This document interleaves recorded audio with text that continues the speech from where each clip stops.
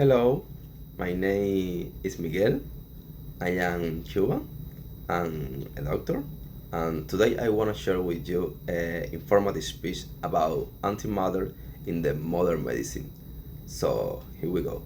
Can you imagine that just a few small particles of matter and antimatter can detect a tumor process by chance in the functionality of the organ before symptoms appears? Mm, this is not fiction. It's a reality of modern medicine. This speech will inform about how antimatter have transformed modern medicine through new technologies such as positron emission tomography, like PET, and magnetic resonance imaging, like MRI.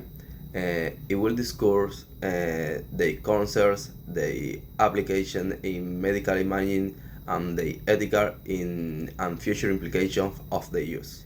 What is antimatter and how it used in medicine? Antimatter is nothing more than particles opposite on the common matter we all know.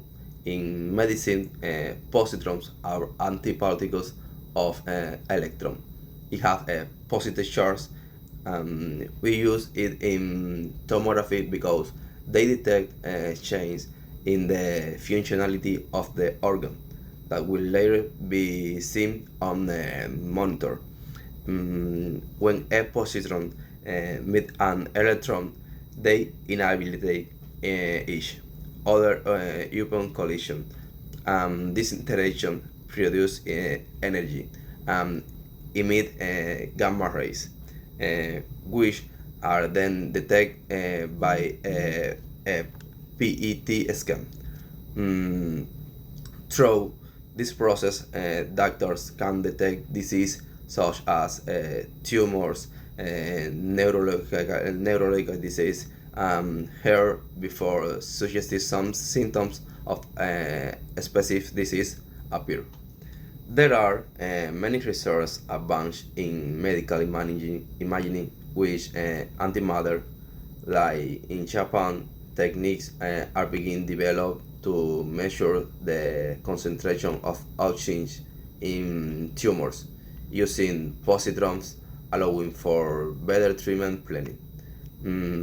PET and MRI, which is a combination of tomography and magnetic resonance imaging, allow for more details imaging as a benefit does not increase radiation exposure. In some patients, rapid and less invasive diagnosis have been reported using these technologies.